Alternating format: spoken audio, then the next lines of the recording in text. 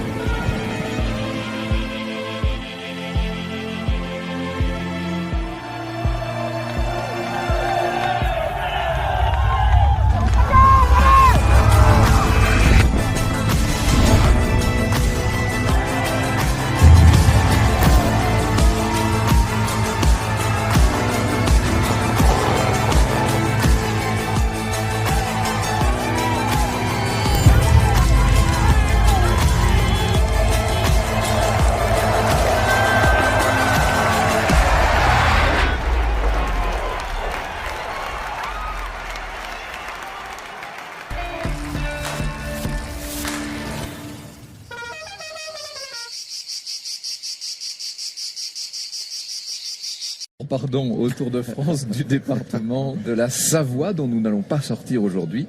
La Savoie, dont la préfecture est Chambéry, et les deux sous-préfectures, Albertville et Saint-Jean-de-Maurienne, dont nous sommes partis ce matin.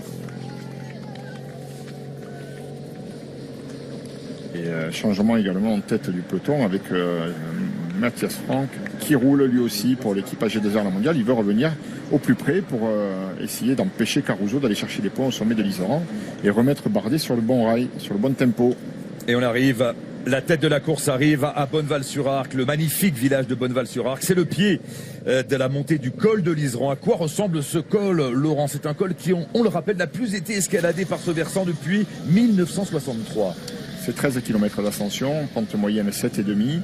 Pente difficile, déjà dès le début, sur 4 km. Il y a un petit replat d'1 kilomètre entre le 4e et le 5e, et puis après ça monte à nouveau, avec des passages parfois supérieurs à 10% à proximité du sommet. Ouais, c'est un col difficile, et puis surtout c'est le manque d'oxygène qui va rendre ce col encore plus pénible, puisque on le sait, après 2000 mètres d'altitude, eh bien l'oxygène se raréfie, et pour le coup ça devient pénible pour certains d'arriver à continuer à performer comme ils ont l'habitude de le faire à ces altitudes-là. C'est parti pour l'ascension du col d'Iseran. Ouais, d'ailleurs, Izaguirre a fait son boulot, hein, tout à l'heure déjà distancé dès les premières rampes de ce col de l'Iseran. Il est distancé, l'Espagnol. Et au sommet du col de l'Iseran, il y a bien sûr le souvenir Henri Desgranges, qui récompense le coureur qui passe en tête au sommet du plus haut col du Tour de France. Et il y a également les points bonus, hein. 8 secondes, 5 secondes et 2 secondes à aller récupérer. Et Warren Barguil. Il y a 5 000 euros en haut. 5 000 euros, oui. Tiens, Ça vaut le coup. Ça vaut le coup. Thomas, on reste avec vous, avec Warren Barguil qui imprime le tempo dès le pied de l'ascension du col de l'Iseran.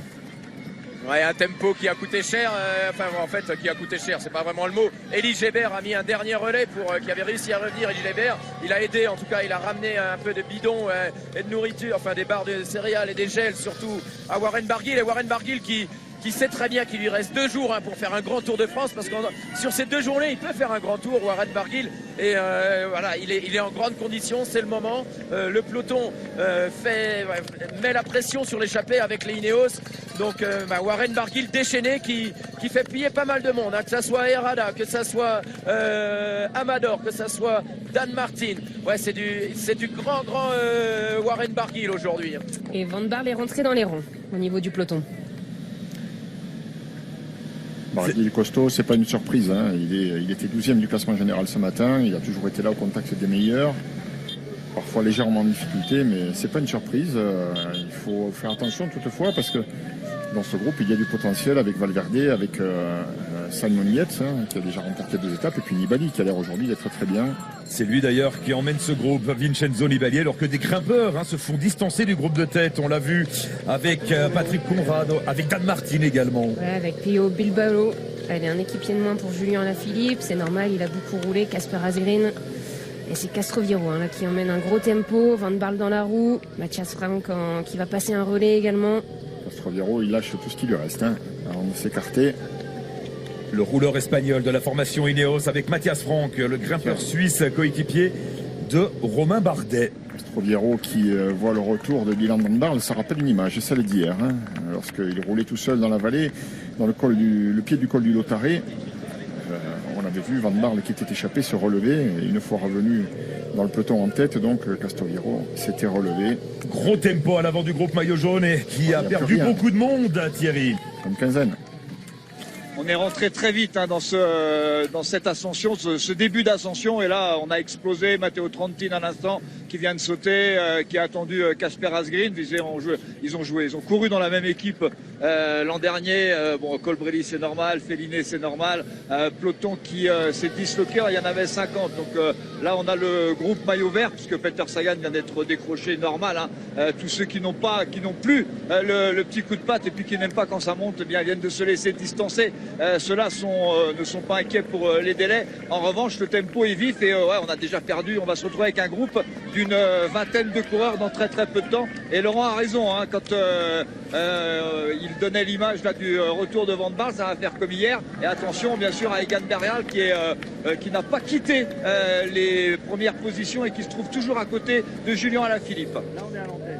Vous avez vu la beauté des toits de Looz, de ce petit village de Bonneval-sur-Arc, très pittoresque, qui se trouve être le plus haut perché de toute la Maurienne.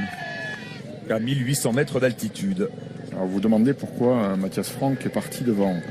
Matthias Franck qui prend le relais avec Castroviejo, que voici, mais il a pris un relais tellement fort que finalement on l'a laissé filer. Voilà, on n'a pas envie de rentrer dans ce jeu-là. Bardet lui veut revenir devant pour aller chercher les points au sommet. Ici on est en train de préparer une offensive de Bernal, peut-être de Thomas, mais peut-être davantage de Bernal. Voilà, il se relève comme prévu. Castroviejo, il a tout donné. Castroviejo qui s'écarte. C'est Van Barle qui va faire la suite. Avec Wout Poels, et puis derrière les deux leaders de l'équipe Ineos, bien sûr, Geraint Thomas, Egan Bernal et le maillot jaune, Julien Alaphilippe, le maillot jaune qui a perdu un équipier, Thierry, à l'instant. Ouais, c'est embêtant parce qu'il n'a plus que, comme hier, Henrik Mas. En général, Dries de Venance l'accompagne un petit peu plus. C'est son compagnon de chambre, c'est son ami. Et voilà, c'est un petit peu tôt. Alors que là, c'est Maxime Bouet qui est distancé, Anthony Perez aussi. Peloton, groupe maillot jaune qui fond comme neige au soleil. Et pourtant, il fait bien moins chaud. Il fait 27 degrés quand même. Peloton qui est en train de sérieusement diminuer. Où ça sent les grandes manœuvres. Là, ça sent, on le sent. On sent que il va se passer des choses. Il va se passer des choses, bien sûr, dans cette ascension du col de l'Iseran avec Elie Gébert qui est repris à l'instant par le groupe maillot jaune.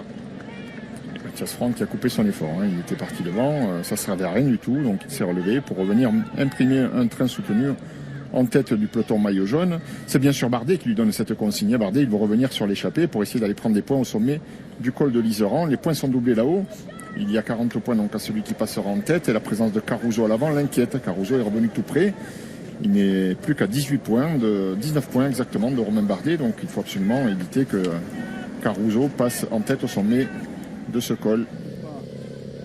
S'il veut garder ses maillots à poids, ça passe par là.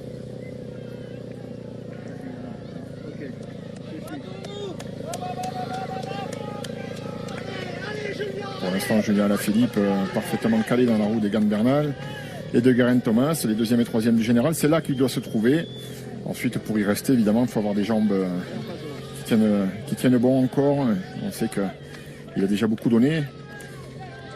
Et de toute façon, c'est ce qu'il cherche, à le mettre en difficulté, à l'épuiser pour l'attaquer un peu plus haut. La formation Ineos liguée contre le maillot jaune. Julien Alaphilippe, c'est le moment. Regardez ce col de l'Iseran et cette route creusée à flanc de montagne. On retrouve le groupe de tête avec l'ancien porteur du maillot jaune, Giulio Ciccone, l'Italien, devant un autre Italien, Vincenzo Nibali. Lennart Kamna qui se gare, si brillant hier lors de l'étape de Valloire, Lennart Kamna. Matthias Franck, Michael Cherel.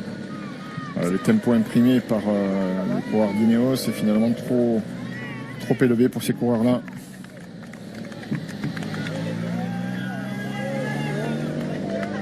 Elie Gébert, qui était devant tout à l'heure, repris, distancé.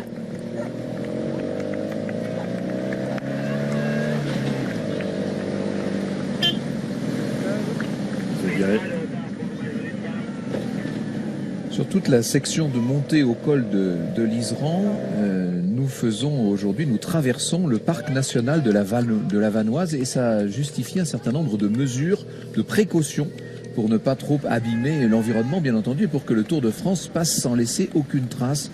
Donc pour réduire l'impact des piétinements sur la flore, on a totalement interdit le stationnement des véhicules à moteur depuis déjà quelques temps. On a, pour réduire l'impact sur la faune, un seul hélicoptère qui survole la route. Pour réduire le bruit et les déchets, la caravane publicitaire a été détournée, si je puis dire.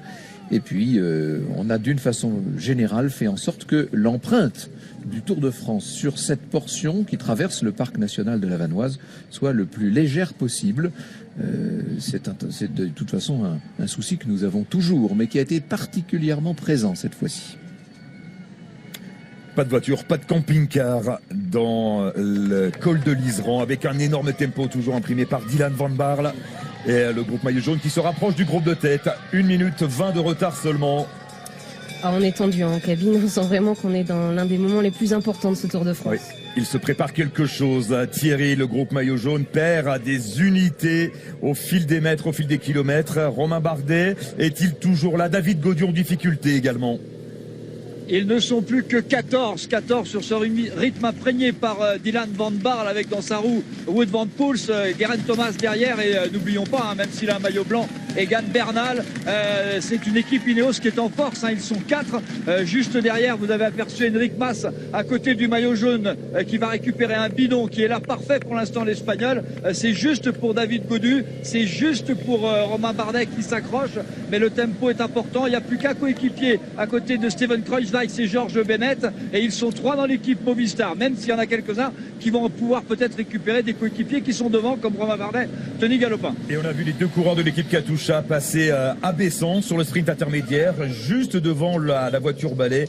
Alex Dowsett, accompagné de Jens Debusschere. Mais pour eux, ça va être compliqué d'arriver dans les délais.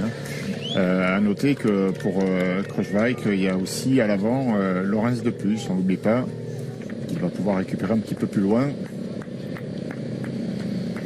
Ciccone qui fait le tempo dans le groupe de tête. Le meilleur grimpeur du dernier Tour d'Italie, Giulio Ciccone, avec les 2 coureurs de l'équipe Bahrain Merida, Nibali, Caruso et Warren Barguil en 4e position. Et rien n'indique que le vainqueur de l'étape soit dans cette échappée. Oh que non, regardez. 1 minute 10, c'est loin d'être gagné. Et Guillaume Martin également qui s'accroche. Il est dans la roue d'André Amador pour l'équipe Movistar. Pourquoi c'est loin d'être gagné? Parce qu'on l'a bien senti, derrière on prépare une offensive dans le team Ineos. On a vu hier que Julien Philippe a marqué un peu le pas sur le sommet du Galibier. On va essayer d'enfoncer le clou aujourd'hui, on va essayer d'appuyer là où ça fait mal. Donc on continue sur les cols à haute altitude, là où on sait qu'il n'a pas d'énormes références. Il est peut-être habité par le doute, on continue à le mettre sous pression et on va l'attaquer un peu plus haut. Et très certainement que si c'est le cas, ça se sent, ça se respire, ça va arriver. Eh bien, on ne donne pas cher de cette avance d'1 minute 10 là, sur les échappées. On retrouve Thomas Voeckler à l'avant de la course. Il n'y a plus qu'une minute, à peine plus d'1 minute entre les 2 groupes, Thomas. Ouais, 14 coureurs désormais, 14 coureurs à l'avant avec nos 2 Français, Guillaume Martin et Warren Barguil. C'est curieusement Giulio Ciccone qui fait le plus de travail alors qu'il est tout seul. On aurait pu penser que, même si là on voit la Bahrain Merida qui a 2 coureurs, on aurait pu penser qu'il y a un des 2 entre Caruso et Nibali qui se serait sacrifié pour l'autre. Mais bon, il n'en est rien. On a toujours, attention à Simon Yates en dernière position du groupe qui joue sur du velours. Mais on parlait des chances de victoire de cette échappée. Je dis pas que c'est pas un de ces coureurs-là qui ira s'imposer, mais ce qui est sûr, c'est que ils se feront revoir, je pense, par quelques favoris, ce qui ne les empêchera pas de pourquoi pas s'imposer, parce que comme l'a dit très justement Marion, depuis le début de l'étape, c'est surtout les équipiers des favoris que sont Valverde, Uran à l'avant qui ont travaillé, pas tellement eux. Là on est quand même, il y a quoi, il y a 155 coureurs au départ environ ce matin, il y a plus que 30 coureurs en course pour la victoire d'étape et le général aujourd'hui. Et on est déjà largement à plus de 2000 mètres d'altitude. Et il reste 8 km 600 d'ascension.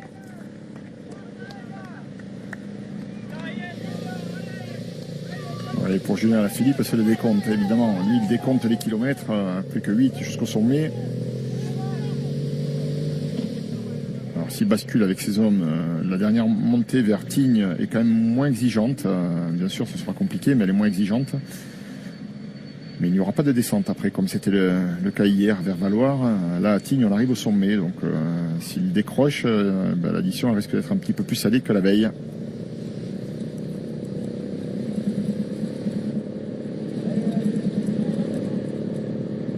On a vu Patrick Conrad se faire reprendre par le groupe maillot jaune, et Conrad qui a tout de suite ravitaillé son leader Emmanuel Bourman. Oui, voilà, il a fait le boulot, lui, en tête de course tout à l'heure. Là, il s'est fait reprendre, il sait qu'il va être distancé dans peu de temps. Donc on essaye de lui donner les bidons, le ravito qui nous reste dans les poches. Tony Galopin, qui a été repris par le groupe maillot jaune, est distancé immédiatement. Romain Bardet, je crois, n'a plus d'équipier dans ce groupe. Il est seul, le porteur du maillot à pois, qui va s'arracher pour tenter de passer avec les meilleurs au sommet du col de l'Iseran. On est dans cette portion où ça redescend un petit peu, où il y a un peu de plat, avant d'aller attaquer les plus forts pourcentages. Et il en remet là, Van Barle, il accélère. On ralentit pas, on laisse pas le soin quiconque de pouvoir récupérer dans cette portion un peu plus roulante. Et le groupe de tête qui perd encore des unités. Peyo Bilbao.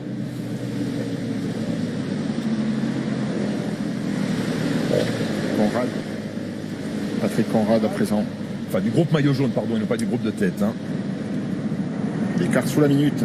58 secondes seulement d'écart entre les deux groupes.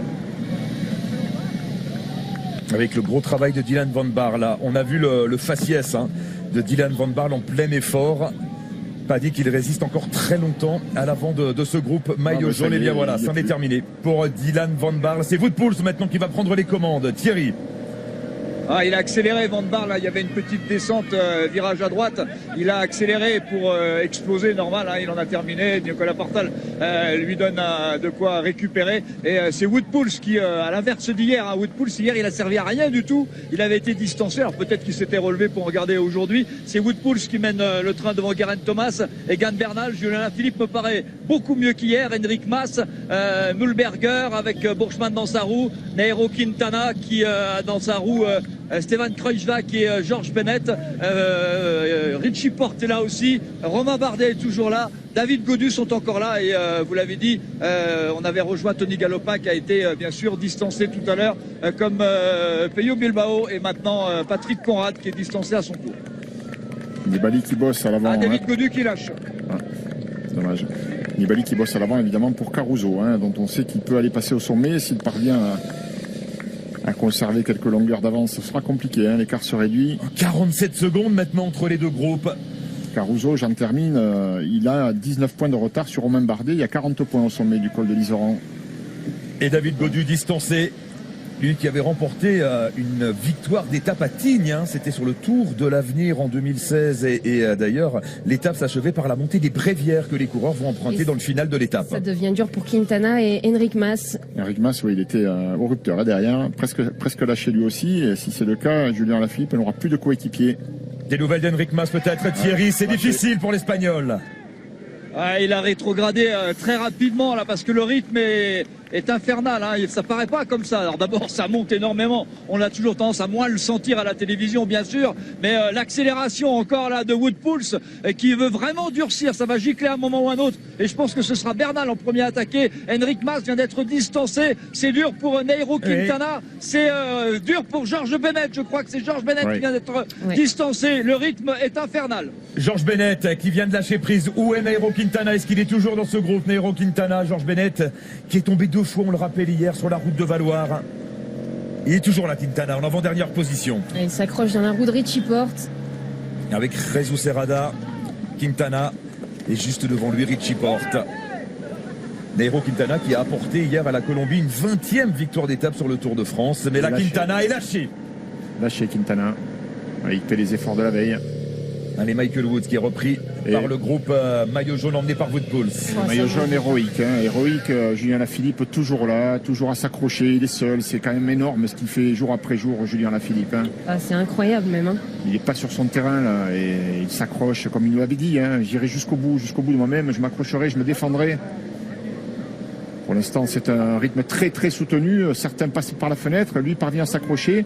Pas d'accélération encore, pas de changement de rythme en tout cas en tête du groupe maillot jaune. Ça va faire forcément le ménage quand ça va changer de rythme. Oui, et lorsqu'il y aura jonction entre les deux groupes, parce qu'il n'y a plus qu'une trentaine de secondes entre le groupe maillot jaune et le groupe de tête emmené par Nibali, Caruso ou encore Warren Barguil. Et Bardet, il s'accroche également. Oui, il fait une très belle étape. Il connaît bien ce col de l'Iseran, Romain Bardet. Il s'accroche parce qu'il en va de la survie de son maillot, évidemment. S'il veut prendre des points au sommet, il doit absolument rester au sein de ce groupe qui va peut-être reprendre une partie où toutes les échappées, s'il est distancé, ça en est terminé. Et il n'y a plus grand monde dans la roue de Wout-Poels. On a toujours bien évidemment Geraint Thomas, Egan Bernal, Julien Lafilippe, la bouche grande ouverte qui s'accroche. Emmanuel Bourman derrière lui. 6 km encore avant le sommet du col de l'Iseran. Geraint Thomas a l'air mieux que dans les Pyrénées en tout cas. Pour ce qui est des Alpes, ça se passe beaucoup mieux pour lui. Et Ciccone qui faisait le boulot tout à l'heure vient d'être distancé et déjà rattrapé. Oui, c'est le cas également du champion de Suisse, on l'a vu, Sébastien Reichenbach. Et Nibali fait toujours du gros boulot pour Caruso. Il se sacrifie Nibali. Hein. Sacrifice échange de victoire d'étape pour le maillot à poids de Caruso qu'il peut aller chercher au sommet de ce col de l'Iseran, mais ce sera compliqué, hein, ça se rapproche. Mais c'est beau également de voir ça de Nibali parce que Caruso c'est toujours lui qui fait le boulot normalement pour Vincenzo Nibali, c'est aussi lui rendre l'appareil. Et c'est beau, des champions comme ça qui se mettent à la planche pour des équipiers. Et dans ce groupe de tête, on voit toujours Simon Yates qui s'accroche, tout comme Magnus Cort Nielsen, mais là, c'en est trop pour Cort Nielsen. Allez, il se bat là. Hein. Oui, qui se bat, qui reste dans les roues, mais plus pour très longtemps. Une grande offensive se prépare à l'avant du groupe maillot jaune avec la formation Ineos. On va écouter Geraint Thomas. C'était en fin de matinée à Saint-Jean-de-Maurienne. Écoutez. Car attention, il va accélérer. Il accélère Geraint Thomas. On l'écoutera un petit peu plus tard. Accélération de Thomas. Et Bernal, justement, il fait la cassure. Derrière, il y va pas. Il va y aller, Bernal, peut-être. Julien Lafilippe, il est un peu piégé parce que qu'est-ce qu'il doit faire? Il doit courir après le troisième ou il doit surveiller le second? C'est Bourman qui y va. Pour l'instant, et c'est même un équipier de Bourman qui y va. Mühlberger. Gregor Mühlberger avec Emmanuel Bourman dans sa roue. L'accélération de Geraint Thomas à 6 km du sommet du col de l'Iseran. Très bien ce qu'a fait Julien Lafilippe. C'est bien, il fait le mort. Il faut laisser faire les autres, laisser croire qu'on est en perdition. Et ils vont peut-être se convertir en coéquipier de luxe. Kruijswijk, il a l'air bien également dans la roue tout de suite. Wout-Poels et Romain Bardet distancés. Richie Porte qui s'accroche. Et Egan Bernal qui ne quitte pas dans la roue de Lafilippe. Qui épie le moindre de ses gestes et qui va porter les stockades s'il sent une légère défaillance chez le Français. C'est le Tour de France qui est peut-être en train de se jouer sur les rampes du col de l'Iseran avec l'attaque maintenant de Steven Kruijswijk. Il est dangereux, Kruijswijk, toujours placé au général, on le rappelle. Allez, Geraint Thomas, il a l'air bien, il y va assez facilement.